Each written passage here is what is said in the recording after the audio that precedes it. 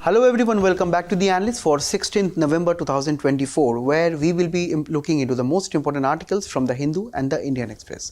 We'll be starting with 7 articles from today, where we'll be dividing our discussion into 2 slots. In the very first slot, we'll be discussing 2 important articles from an analytical point of view, where we'll be discussing in the very first one about a recent report by the CAG on the urban local bodies. In the second article of analysis section, we'll be discussing on the concept of senior living sector and how it is very important for India. In the second portion of our discussion, we'll be looking into 5 more important articles from a simplified perspective, which will be very important for the upcoming prelims 2025 examination. So stay tuned. According to a recent CAG report, we have found out various important issues that is pertaining to our urban local bodies. And this is a very important portion of a syllabus when we look at our prelims and also a GS2. When it comes to prelims, we need to look into the various aspects of Indian polity and governance. When it comes to GS2, we need to look into the devolution of powers and finances up to the local levels and challenges therein, where there have been various amounts of PYQs when it pertains to the functioning of the urban local bodies in specific and also at the local self-government in the country.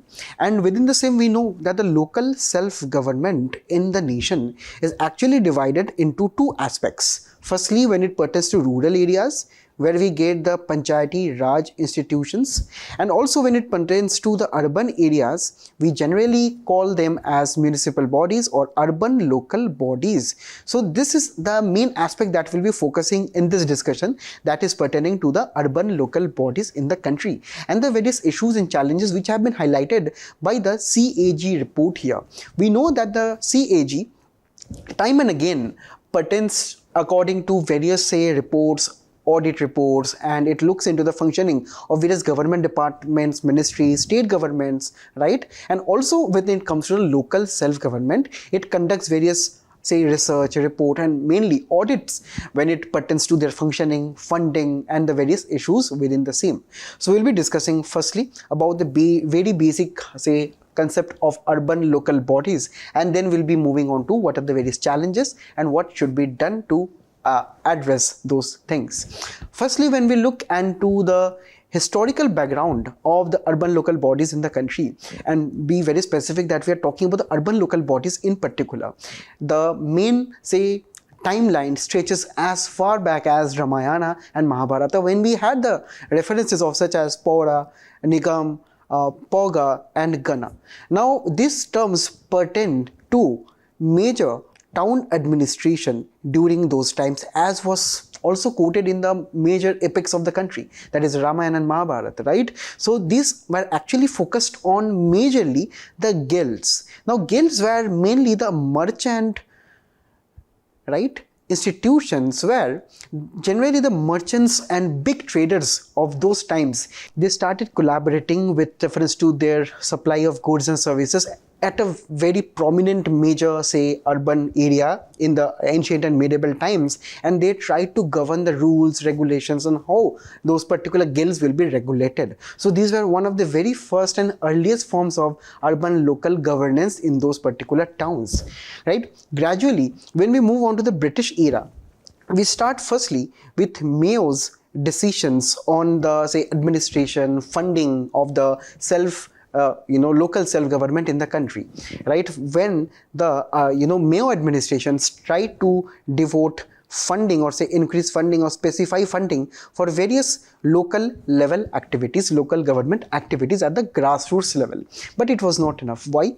Because according to Lord Ripon's resolution of 1882, it was for the very first time that a very drastic level change was brought into the urban local government and also the local self-government at a very big scale, where we have to understand under this particular resolution, Lord Ripon focused a lot on devolving powers to the local level and also mainly focusing on the administration of the local self bodies by the Indians themselves. So that is why it is also known as the Magna Carta of the local self-government in the country. After this, we also have the Government of India Act of 1990. Now, can anyone in the comment section tell me what is another name for this particular act?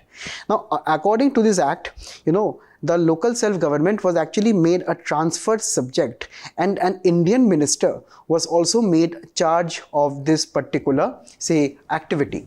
Now, also, trivia for all of you. This is actually the Chennai Municipal Corporation, which is actually India's oldest, municipal body, and also the world's second oldest body, right? It was established around, say, 1688, and still now it is, to this date, India's oldest local self-government, that is the urban local self-government, right? And also, when it pertains to Government of India Act of 1935, here, what the British administration did, it transferred the, say, legislative powers to form the various rules and regulations related to local self-government to the provincial governments, that is the state government nowadays. So, according to, say, the 74th Amendment 1992, one of the major provisions is that the state governments will be framing the, say, major laws pertaining to the various local self-government in their states. So, this background is actually from the Government of India Act of 1935, right? Now, after the post-independence, right, we have had various committees,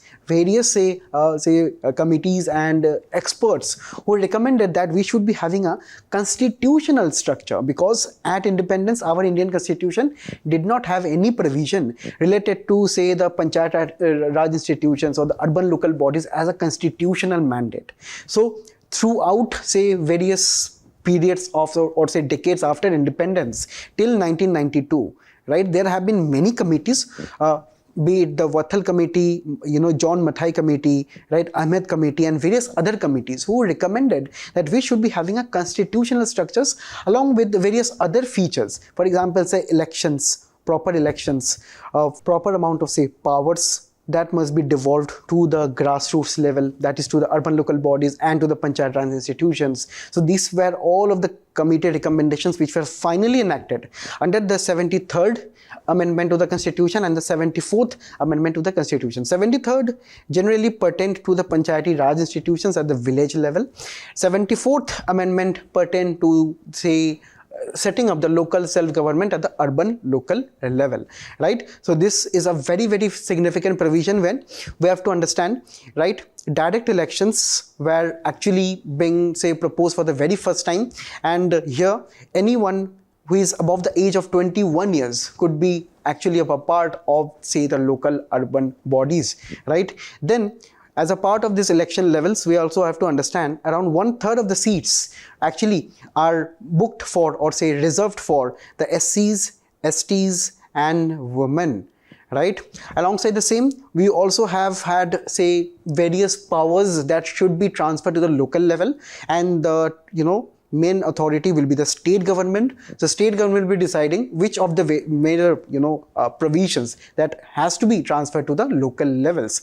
These were the major provisions, right? You can mention in the comments which were some of the major other provisions that were enacted as a part of this amendment.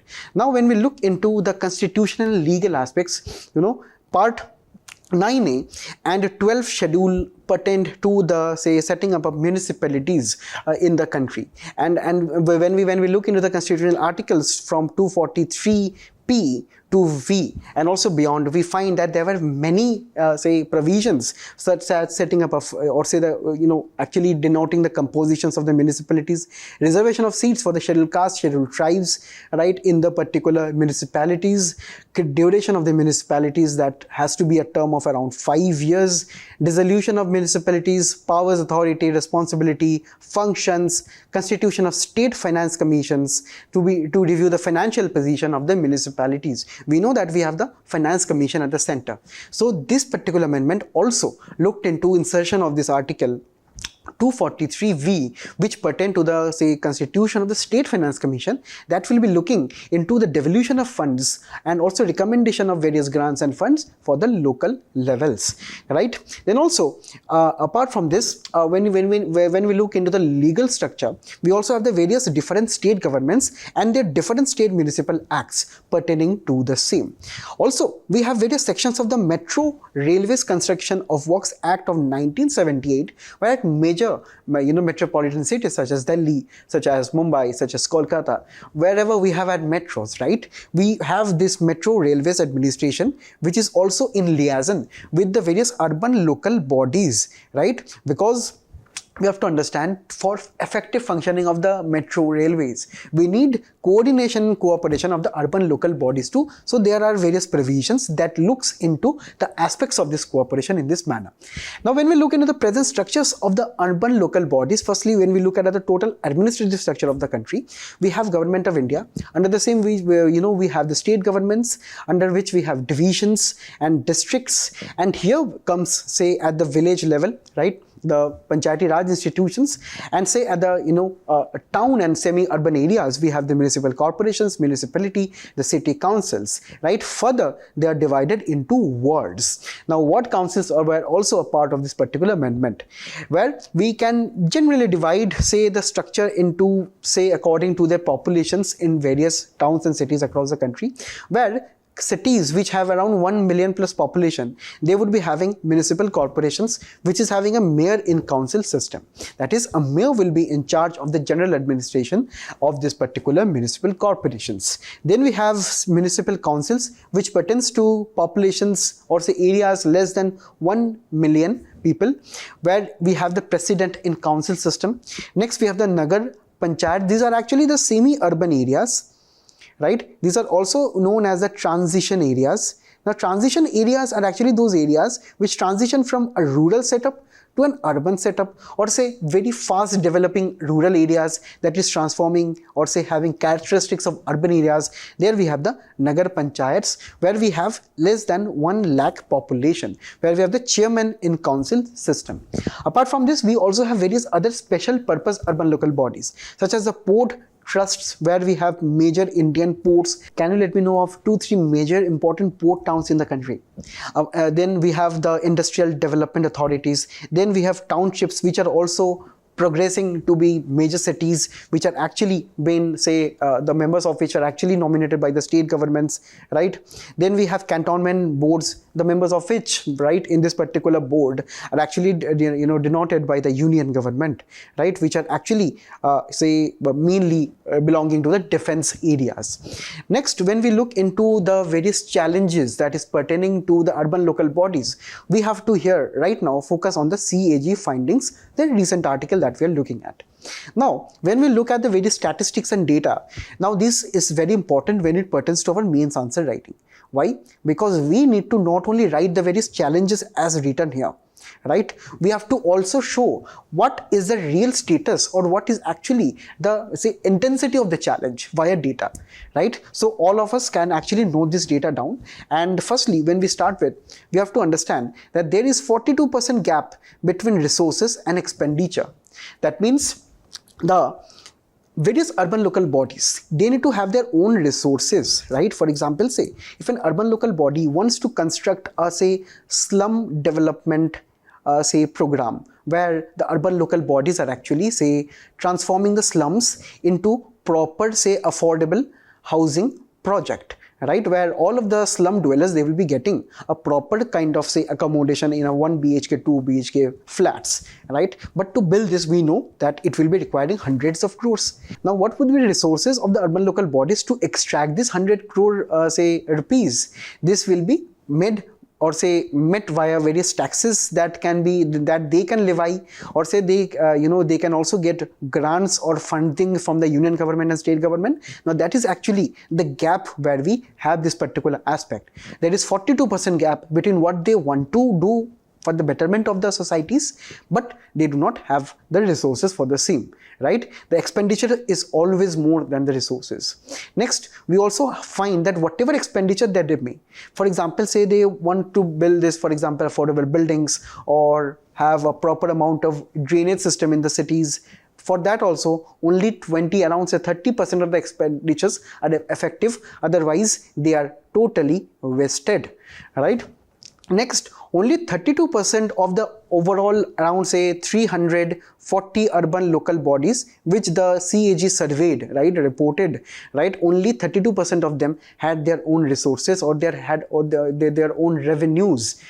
Then we also understand that the urban local bodies, they only realize around 56% of the property tax demand. And because we have to understand, the property tax is actually one area where urban local bodies extract a lot of revenue, but they realize only 56%. So it means that they cannot properly collect them, or they have less amount of manpower, right? So these are the various issues at their level. Next, they also have an average vacancy rate of 37%. Most of the posts are vacant, correct? So this is also one of the things. Next, we have to understand that most of the functions that needs to be transferred from the state government to the urban local bodies, they are also sometimes varying from various state governments. And we have to understand the urban planning aspect and the fire services are the least devolved areas, or say the state governments did not yet transfer their power to the urban local bodies under these domains. And if they are not having these powers, how they can function properly, right? So this is actually, when we understand overall challenges that we have read through data, these are actually the challenges. Firstly, limited financial resources, as we have seen, lack of autonomy because they do not have much power pertaining to most important topics such as urban planning, fire services. Next, there are also various parallel bodies. For example, it is not given here, but let me give an example here. For example, the Smart Cities Mission.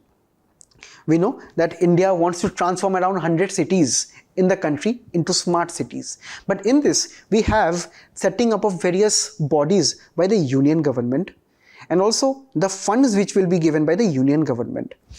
Now, don't you think that there are various parallel institutions, parallel rules and regulations which the urban local bodies have to abide by, and this is also reducing their power and functionalities. Next, we also have limited human resources due to vacancies. We also have lots of political interference which also reduce their effectivity. Next, we also have limited public participation. Public participation is quite less because we understand that in urban areas, people do not have much time to look into the, say, overall functioning of the, say, urban local bodies, which is not at the level of, say, the village areas, right? Next, we also have poor level of infrastructure at the various urban local bodies pertaining mainly the digitization issues. Most urban local bodies, as we have also seen in various, say, reports, they do not even have, say, basic computers or, say, printers and this kind of infrastructure. So this is why we must be strengthening them over a period of time. Firstly, when we talk about, say, the funds or, say, the importance of fiscal decentralization, we'll have to understand that in India, most of the municipalities are relying on the top-down transfers. What are top-down transfers? These are the transfers that the municipalities or the urban local bodies are getting from the union government or the state governments. These are not their own money, not the, say, own taxes they're raising the money from the people, right? These are the monies that they're getting from the government. As we understand that this results into, say, around, say, 35.7%, which is actually very high, right? Where the own area, own revenue, as we can see from 1960s, the own revenue was around at 90%. It has decreased to around, say, 64%. And also, when we look at the global level, we understand India is itself at a very bottom level, correct? When we compare the same with UK, Italy, Norway, where they have, or say the urban local bodies have a greater autonomy to raise their own resources. At the global level itself, India is at the bottom, and at the bottom we find they are dependent on the transfers from the state and center government.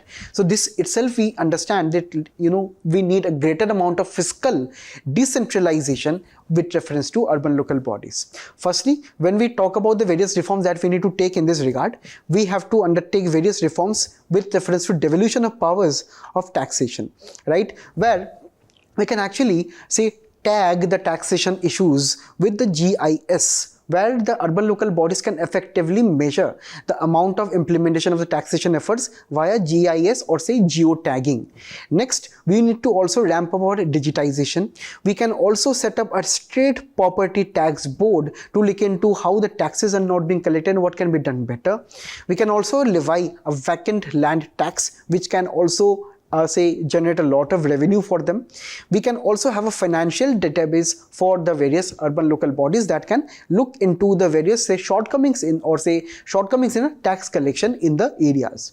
We can also have a citizen grievance redressal mechanism which will be looking into the various complaints mainly on a digital portal. According to various 6th ARC committee recommendations, we also have various recommendations set up to Metropolitan Planning Committee. We also need to set up Unified Metropolitan Transport Authority to look into the various aspects of metropolitan area and also the transportation sector. Next, we also need to set up the National Urban Development and Housing Fund, which will be looking into building affordable housing projects mainly by tying up with the private sector. Next, we also need to bring in the private sector not only in housing aspects but into various other aspects such as waste management, such as various aspects of energy distribution systems in the urban local bodies and so on via PPP model, that is public private partnerships, and also transforming or bringing a revolution via e-governance mainly by using or leveraging blockchain technology and so on. Correct? Now, according to Niti Aayog recommendations, we need to also look into the various state finance commissions and how they are functioning in real life. Now, they must be given more powers and must be recommending more grants and more transfers to the local bodies.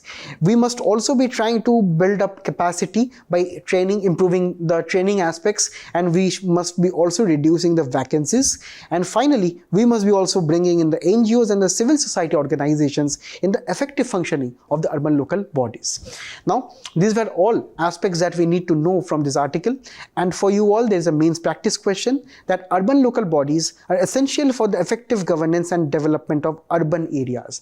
However, several issues plague them. Discuss. So you let me know 2-3 points of your own in the comment section, and finally you also let me know what is the answer to this PYQ that urban or say local self-government can be best explained as an exercise in which of these options. Mention this in the comment section and we move on to the next topic. Recently in the country, there is a rising demand of residential houses for the senior citizens. Now, the senior citizens, we know in India, they are growing over a period of time. Their population is growing over a period of time. Now, they are also demanding a very specific range of goods and services. Among them is actually the living sector. Right, the senior living sector. This means that they are demanding some residential spaces for them where they can live for the rest of their life, right? So this is exactly what the context of this article is, that the senior living sector is demand, or say the demand of the same is expanding throughout the south, that is South India, and developers, or say the developers of these residential complexes, they are, and the policymakers are actually finding it very difficult to meet this demand. While this is a very welcome discussion, we will be looking into the details of the same and why this is relevant for exam, because we have economic and social development in our prelims, and also in GS3 we have a topic known as inclusive growth and the issues arising from it. Now, inclusive growth is actually that aspect of growth of a country where not only we are progressing economically, we are also developing across the various sectors of our say society. We are taking say the various backward areas of the country with us. We are taking the elder citizens or the senior citizens with us. We are thinking about the migrants, we are thinking about everyone, and we are caring about their growth. So that is a concept of inclusive growth where we have the say various stakeholders within the same. One of the stakeholders are the senior citizens. Now, when we talk about the senior citizens, now we need to look into the status of aging in the country. We have to understand India is the fastest aging country in the entire world. And when we talk about the average life expectancy, that is also growing over a period of time. Right now, it is at 70 years.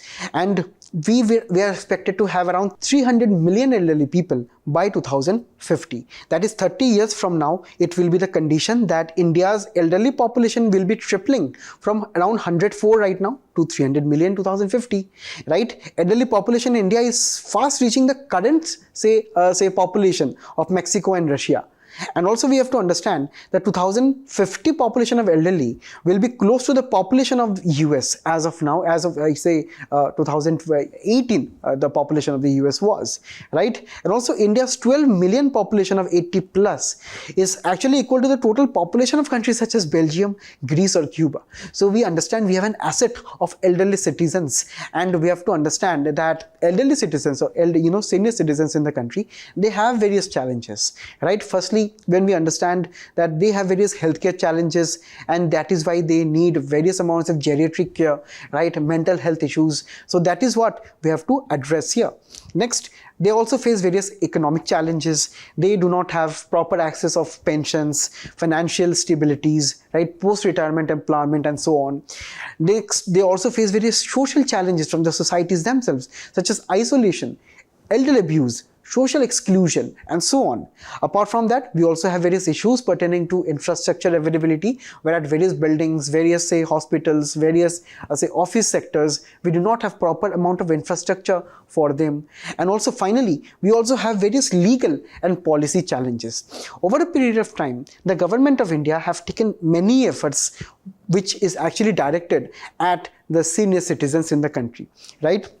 Where the government have taken various aspects or various reforms, such as increasing the coverage under Ayushman Bharat, or having proper amount of pension schemes for them, amount of various skilling imperatives for the traditional handicrafts, where majority of the senior citizens are employed in rural areas and urban areas also in some portions.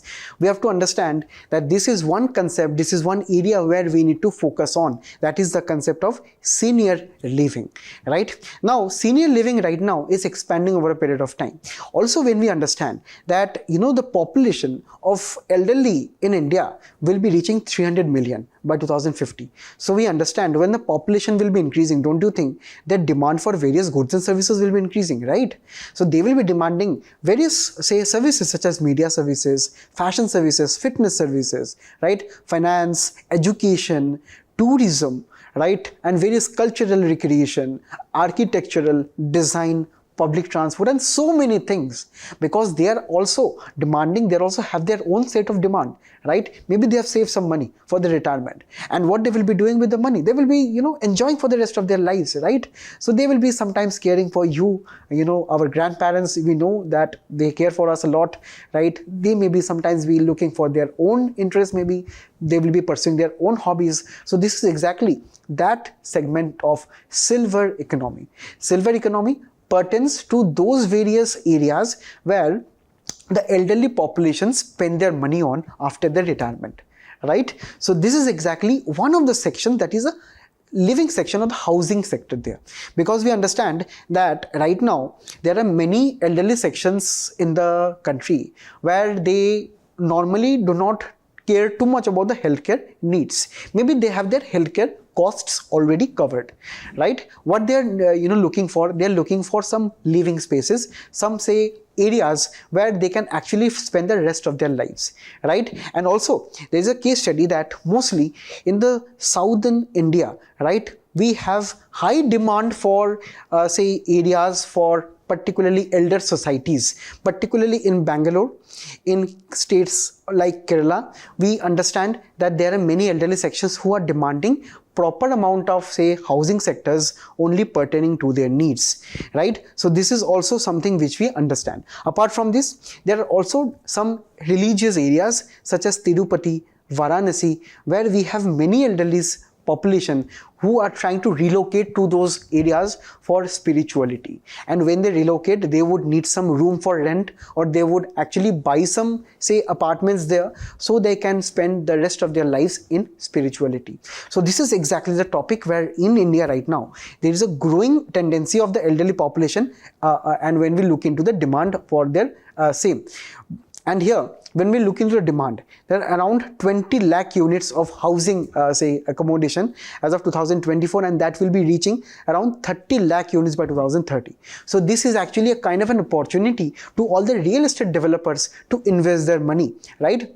But the supply in India is just at 3%, where at US we find it is at 12%, Australia it is at 4 to 10%, right? So in India, we see that there is an opportunity to invest in these areas, where the key drivers of this growth, we have to understand what are the main reasons. Firstly, in India, there is a rise of nuclear families as of now, right? The joint family concept is actually declining at a very fast rate, due to which the senior citizens are trying to carve out their own spaces. Apart from this, we also see that their sons and daughters, they migrate to rest of the country, even abroad, for their studies, for their job pursuits, due to which parents would also want to say invest in some other living spaces, right?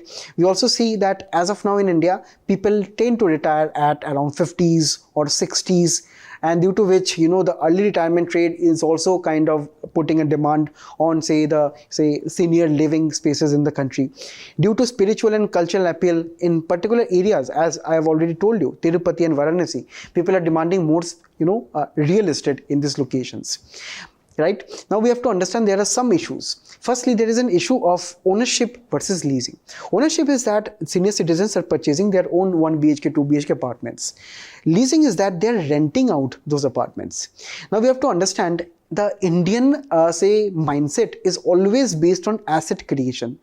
We Indians, we never believe in renting things, right? We always believe in buying gold, buying houses, and these kind of things. That is what we have to understand is actually putting a lot of financial strain on those senior citizens who do not have a lot of resources. Right? So this is exactly one of the main issues when it pertains to this sector. That is why the major developers, real estate developers, they're also not keen on developing this kind of societies. As we can understand, these are the societies, as we can see, right, where we have private rooms, upscale living, guaranteed care also when it comes to their own old age requirements, right? So these are this kind of real estate developers who are focusing on building homes for them, right? But there is this issue of ownership versus leasing. So this is also one of the most important issues in this particular thing. And, the second concern here is that senior living is largely confined to affluent seniors, right? This is from the demand of rich income houses or rich income classes of senior citizens. But here we have to understand, if there is a rising demand for this kind of senior living in the country, we need to take some initiatives. That is why, we have to understand the government of India as a policy maker, they must be taking some initiatives. Now, in this respect, we have the Niti Aayog recommendation that we must be trying to accredit the senior care facilities. We must be trying to standardize. We must be trying to have proper rules and regulations in this particular aspect. There also must be a single window approval system for various developers who are trying to build senior living spaces, so that they can have a faster clearances in this particular aspect. Next, Maharashtra's RERA guidelines is also a very potential and promising aspect, because these guidelines are very future looking and they are also incorporating the needs of the senior citizens. So the rest of the state governments, they must be focusing on this particular state. Next, there must be inclusion of amenities such as healthcare, recreation facilities, spiritual spaces, because these are the areas which the senior citizens demand at the end of their lives. So we must be also be catering to this, not only giving them rooms and proper amount of spaces and so on.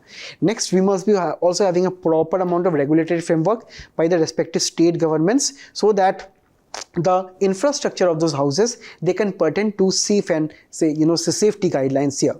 Next, the developer should be targeting also tier 2 and tier 3 cities, because these cities also promise a huge amount of returns, right? And finally, we must be also using technology to guide this particular aspect, correct? And when we look into this senior citizen market or the silver economy aspect, we understand that this is a $42.2 billion, right, projected value by 2028. Right? As of 2021, this is valued at around $25 billion. So we understand we will be having a huge amount of demands when we look at areas such as geriatric, wearables, the senior living aspect. So we need to look into this as an opportunity when it will be catering into, and also will be creating a lot of jobs in the country, and also be looking into the overall development of the economy, correct? So in this aspect, we have a mains practice question for all of you, right? The question is that evolving senior living market presents an opportunity to redefine retirement living in India. Comment. You let me know 2-3 of your opinions in the comment section below. Now this is a life certificate month. We'll be looking into this article. What is it exactly all about? Because this article pertains to our prelims, economy and social development, and also GS2 when we look into the various government policies, interventions, and how they're performing over a period of time. Now, digital life certificates are very important, and they were introduced in 2014 by the government of India, right? These are actually known as Jeevan Pramaan, right? And this is actually a kind of a biometric enabled digital service for pensioners. What happens is that every year, every November, right, retirees, including the government servants, defense services, railways, public sector undertakings, and much higher education institutions, they have this particular provisions, or say these pensioners, they have these provisions to submit a life certificate to continue receiving their pensions for another year, right? For example, whenever a person is retiring, right, from any government service or this kind of services, right, they will be, subjected to pensions, and to validate their pensions every year, they have to furnish a life certificate to continue receiving these pensions. Earlier it was actually physical,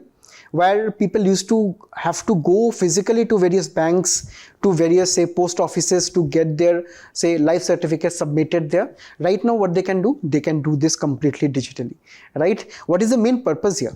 Purpose is that this will be a most important requisite for people to receive pensions after retirement, because there have been many cases where there have been many instances where pensioners have died, but still their families are illegally extracting the pensions. That is why every year they have to submit these digital certificates online right now, right? And this particular aspect of digital certificates is digitizing the whole process, hence simplifying the process for the senior citizens. Next, this is also looking into ease of creation of Jeevan Pramaan, because the pensioners here, they have to go into the websites, right, and they have to submit their Aadhaar card and their mobile number that is linked with their Aadhaar card, and they have to enroll and also they have to get their digital certificates there. For example, you can submit your pension related information, authenticate biometrically to get this digital certificate, and then the digital certificate will be shared with the disbursing agencies such as banks or pension offices, or say various post offices, right? And finally, this is actually preventing fraudulent activity. So here, when we look into this generation here, firstly, people used to earlier go to banks and post offices physically, right? While this is still now possible, right? People can still now go there and enroll there. But as of now, there is this Jeevan Pramaan portal, which uses Aadhaar for biometric authentication, and we have to understand that people, they can do this on their own if they have their own devices, right? That is biometric devices, or they can visit a camp, right? From 2021 onwards, face authentication was also added apart from biometric, right? From 2021, face authentication was also added as an option. Now, to generate a DLC, you need to have an Aadhaar card, mobile number registered to this particular thing, right? And we have to understand that this particular process will be linking your certificate to the banks and post offices. These camps are held around 800 cities and also held at Indian missions abroad, hence a very important prelim specific information, correct? And as of now, this is a third annual DLC meeting as of now, or say summit as of now, and here the Department of Pension and Pensioners Welfare under the Ministry of Personnel, Public Grievances and Pension is holding this kind of camps here. Now, the main campaign takeaway is that this particular department, it is learned to have found that more pensioners opted for face authentication than last year, right? And also this is have to understand more than 63% opted for fingerprint authentication. The largest number of DLCs have been generated in Maharashtra, and we have to understand this is very important. Why? The digital empowerment of pensioners is a big step forward, saving them trouble of visiting the pension offices every November. So they can do this at the comfort of their home itself.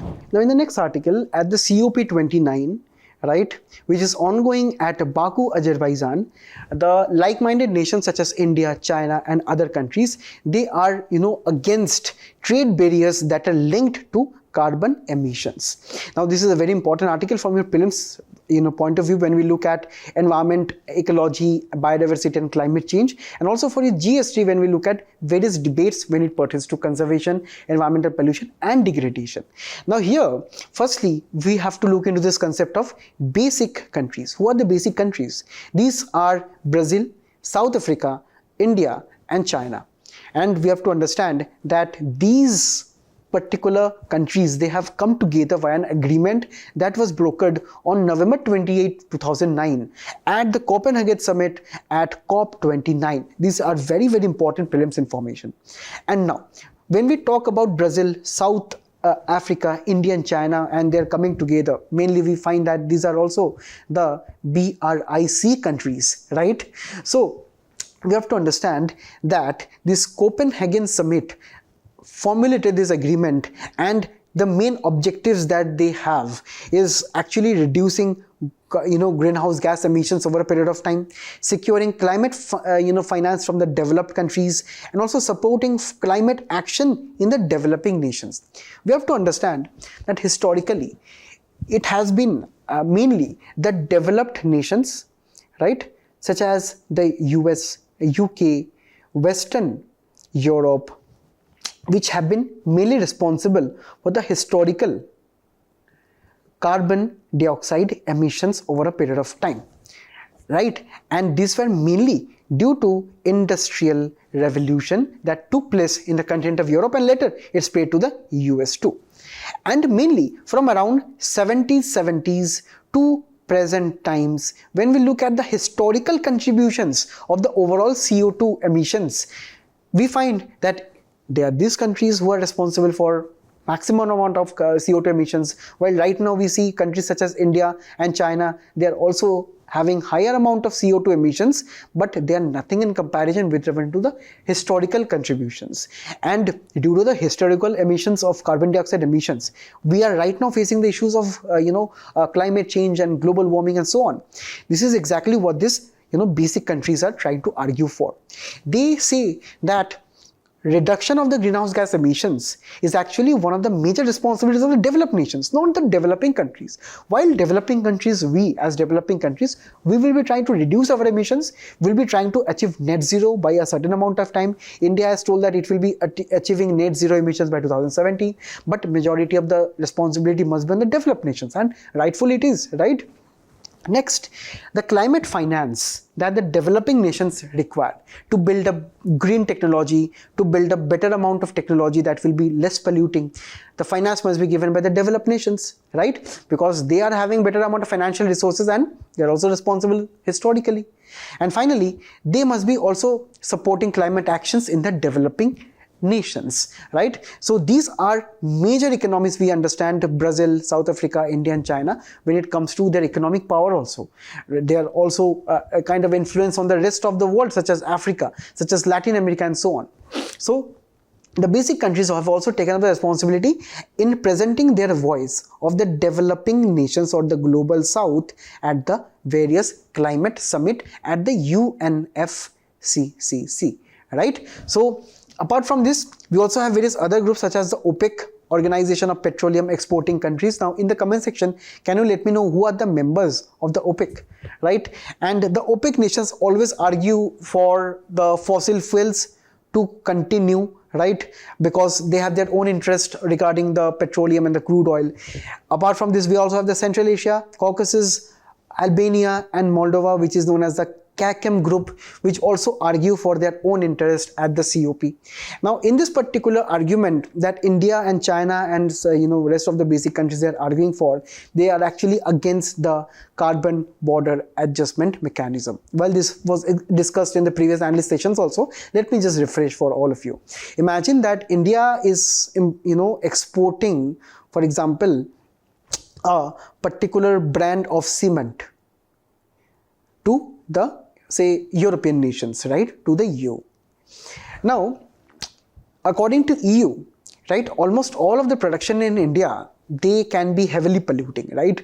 So what we have to understand that the cement manufacturers, if they want to export any item to the European Union. Right now, if this CBAM comes into picture, comes into policy, right, the Indian exporters, they would have to certify various amount of, say, documents, certificates, green proposals, green, say, mechanisms, where they would have to prove to the EU that this cement was produced sustainably, that it is not having too much of CO2 emissions or greenhouse gas emissions, right? So that is what this CBAM is all about.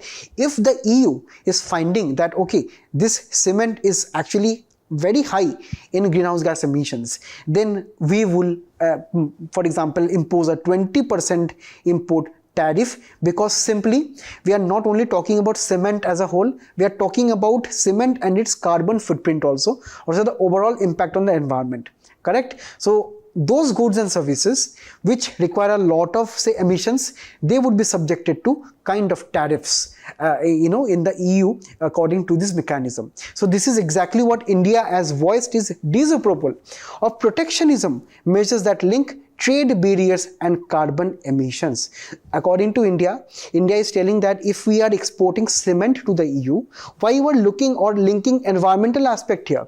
We are already a developing nation. It will be taking us some amount of time. It will be taking us some amount of financial resources to gradually, supply sustainable cement to the EU, right? But the Western nations are involved in their own hypocrisy in this particular aspect, while they actually in principle or in spirit, they want to do what? They want to reduce our say exports, right? They need to reduce their trade deficit with India, and in the name of reducing trade deficit, they are bringing in environment and mechanisms like this, right?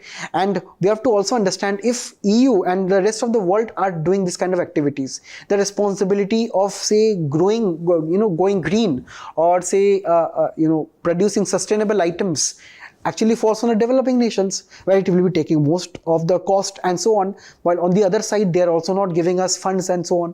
So these are the main aspect here.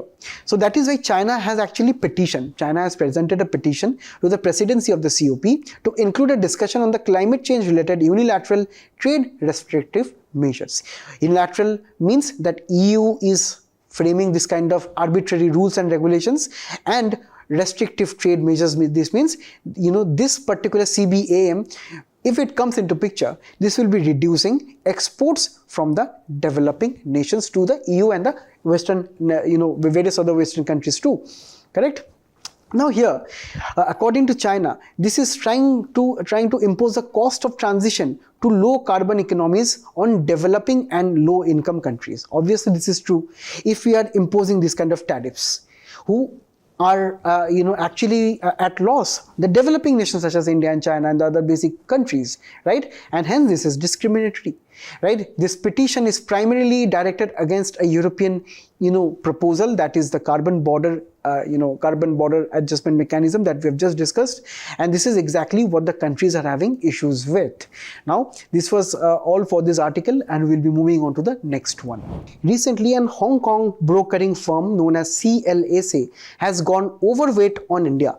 This is actually the headline of an Indian Express article. In the very first page, we'll be trying to understand the ins and out of this, and mainly we'll be trying to understand the, say, issue of foreign institutional investment in this particular article. And here, this is very important for prelims, because there have been many questions related to FIIs and how they pertain to economic and social development in the country, and also we have to look into the various aspects of trends, overall trends in Indian economy. Now here, when we talk about FIIs inflows and outflows, firstly, FIIs are actually investments from mutual funds, pension funds, insurance companies and investment banks. Mainly all of them are foreign entities, right, that invest in financial markets outside their home companies. And when we talk about FIIs in India, that means mutual funds, pension funds from the US, UK, Japan, Germany, whatever it is, they must be abroad, and when they come with their money in India and they invest in Indian equity or say in Indian share market, right, they are known as the FIIs. When we understand, for example, say we have Adani, we have Jio Finance, we have various other stocks, right? All of our viewers who invest in the stock market, they can understand also. The viewers who are not friendly with the complexities of the stock market, let me simplify for all of you. We have various companies that are listed on the stock exchanges, right? All of these companies, they release their shares. Now these shares can be bought by domestic people like us. They can be also bought by foreign people such as FIIs, right? And when we understand that when the FIIs, they increase the demand for Indian shares, because we know companies like Adani, Jio and Maruti and various other Indian companies, they are actually say a part of this emerging markets, right? Why India is known as an emerging market? Because going forward, right, India also aspires to become a developed country by 2047. And also India is not sharing this vision. There are various other investors who think that going 30-40 years forward, India will be a major economic powerhouse, because simply India has a lot of demand due to its large demography, large market. So that is why FIIs are always interested in investing in India, due to which we see that there is generally increased amount of demand from foreign investors in Indian share market. We understand by principles of economy, right, or economics as a subject, whenever demand is high, price goes up, right? Whenever we find that there is high demand for various goods and services, including shares, right, from various people, if there are many foreigners or foreign investors who are demanding shares from the country, so the prices of our Indian shares, they also will be increasing. So this is exactly when we understand there is high demand, there is high amount of FIIs inflows in the country, right? And hence in this particular aspect, share prices goes up. And on the outside, or say on the other side, when we have say the various investors who do not want to invest in India, they want to sell all their shares, that is a concept of outflow. That is exactly what we have seen in recent times. As of October 2024, right, FIIs have pulled out this amount of money from the Indian markets. And if you understand, there is high amount of say a supply, or for example say if these FIIs have sold off all their shares, they have reduced their demand. And whenever the FIIs, they sell their shares, they reduce the demand and the prices collapse, the prices crash. And that is exactly what the stock market also has been seeing over the last month. There have been many companies, prominent companies such as Reliance Industries Limited, they have seen their stock prices go down as high as 15%, right? And also there are many other Indian companies who have seen their prices come down because of the FIIs outflows as of now. And there are many factors which influence this FII activities, right? Firstly, global economic conditions. If we look at this, there have been this many money that has been pulled out from India, or this much money which has been pulled out from India. Now this much money has to go somewhere. This money is going to Japan, this is going to Taiwan, Philippines, right, and so on.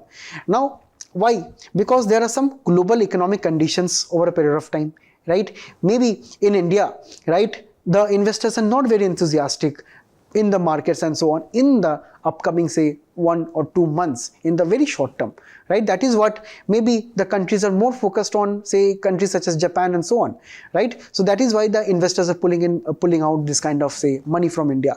Next, according to various domestic economic policies that can also bring in various changes, right? If the domestic policies are not friendly, for example say implementation of GST or demonetization, right, or for example say shutdowns due to pandemic, now FIIs can pull out their money.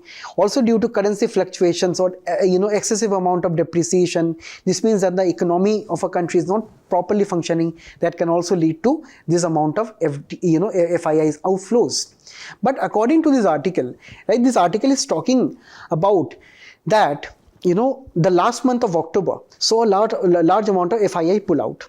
But this kind of activity will not be seen maybe in the coming time, because this Hong Kong based brokerage firm has actually raised or say tried to invest their resources into India apart from China, right? It has raised its investments in the country by 20%. Now this is a major brokering fund. If it is increasing its investment in the country, it means that it is kind of confident on India's economic performance, and it has reduced the same in China. Apart from, we understand that recently China also gave a major economic stimulus in their domestic territory, right? And also during the same time, this same brokerage company also increased their allocation in China, but this month they have decreased the same, because the brokerage firm believes that India is poised to bring in further investments over a period of time. This October incident that we have seen, this is just a temporary thing that is happening, right? Apart from this, there are also reasons why this particular firm has reduced their investments in China, because the advent of Donald Trump has increased the fears of higher amount of tariffs on China.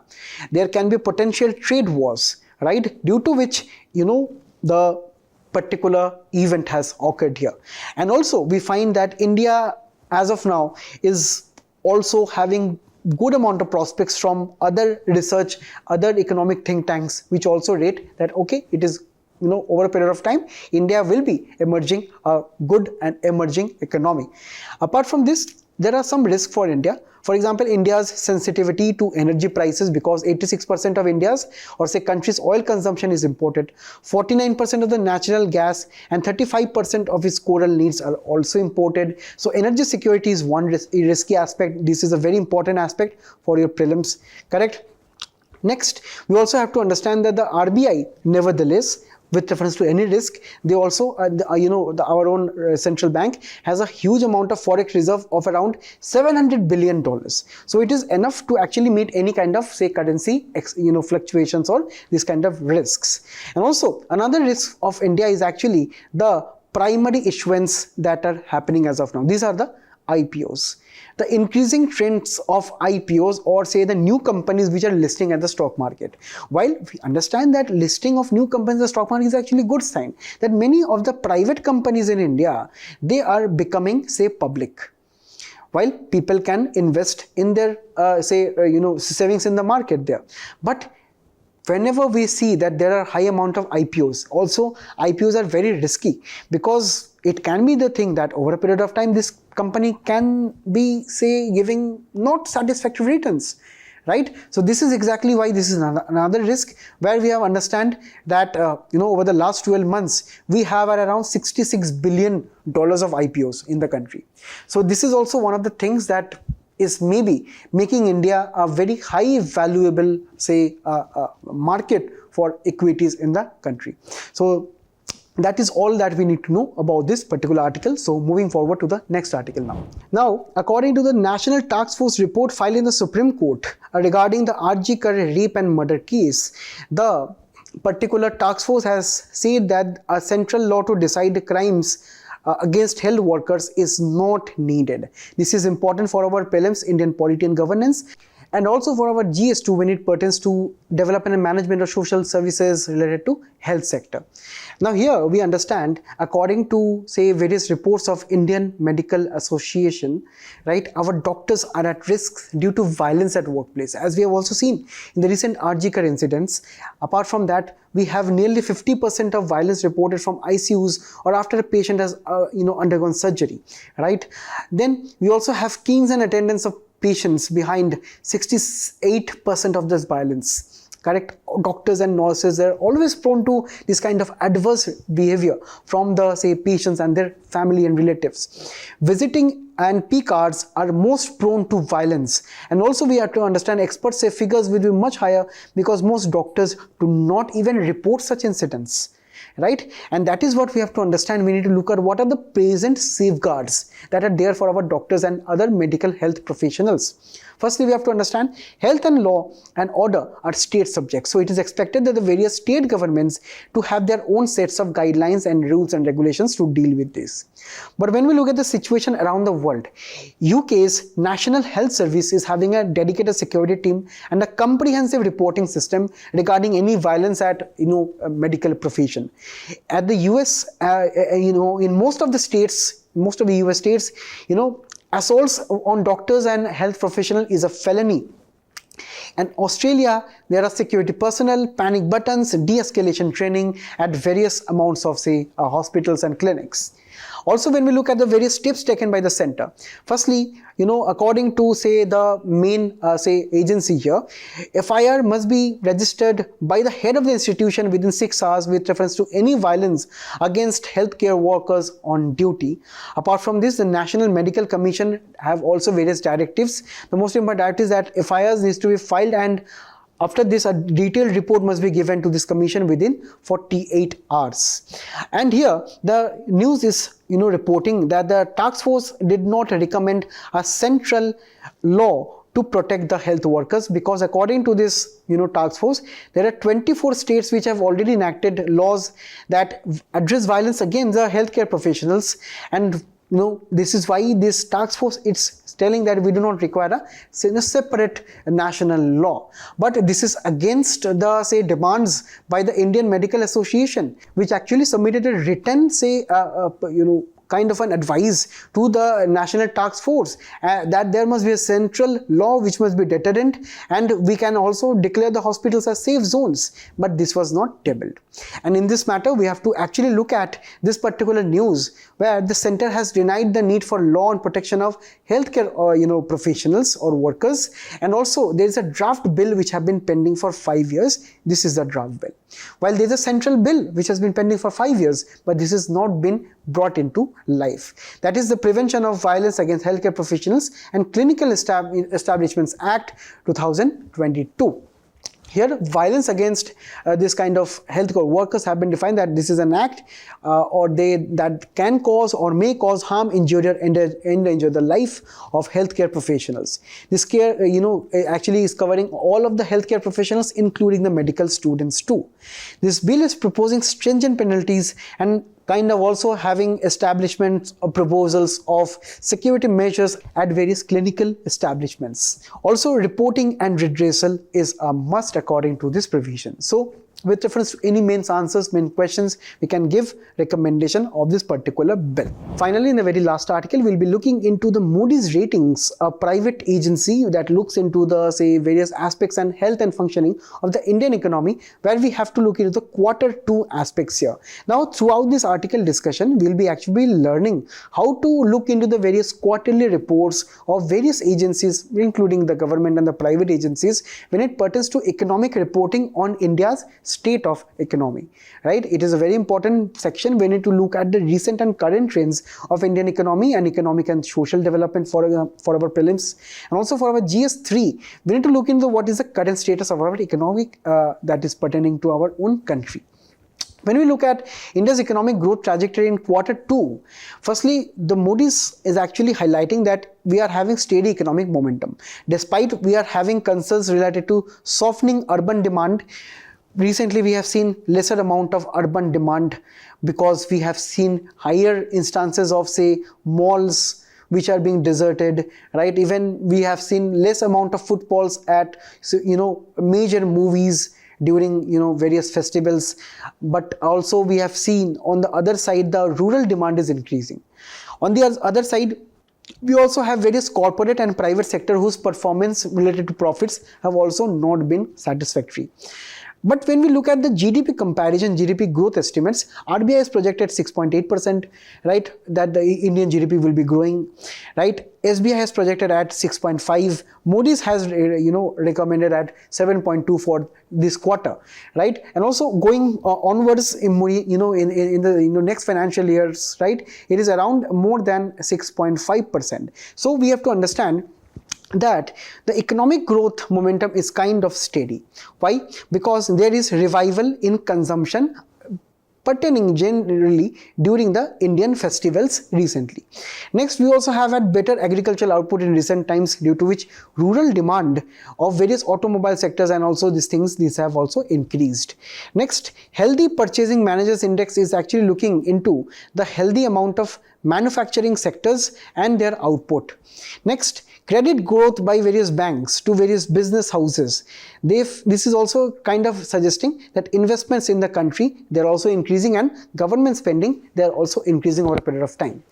While on the other side, we have some inflation challenges pertaining to October 2024 retail inflation, which spiked to around 6.2%, right? Also, we have various potential risks to disinflation. That is, in the near time, there may not be disinflation or reduced inflation going forward due to various geopolitical tensions which are going on, and also the various climate-related disruptions. Now, in the comment section, can you let me know of 2-3 examples of geopolitical tensions and climate-related disruptions as you have seen in recent times, due to which there can be risks to further inflation, not disinflation, right? Also, when we look at the global context, right, we see that Indian economy, when we compare to China, right, it is having a faster amount of GDP growth.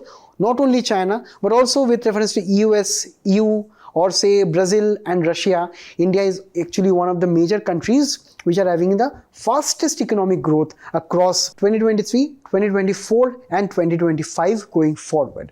So this was all for this article, and I thank you all for being a very patient audience. I hope you attempt the questions which is following up. Till we meet again, all the best and best of luck.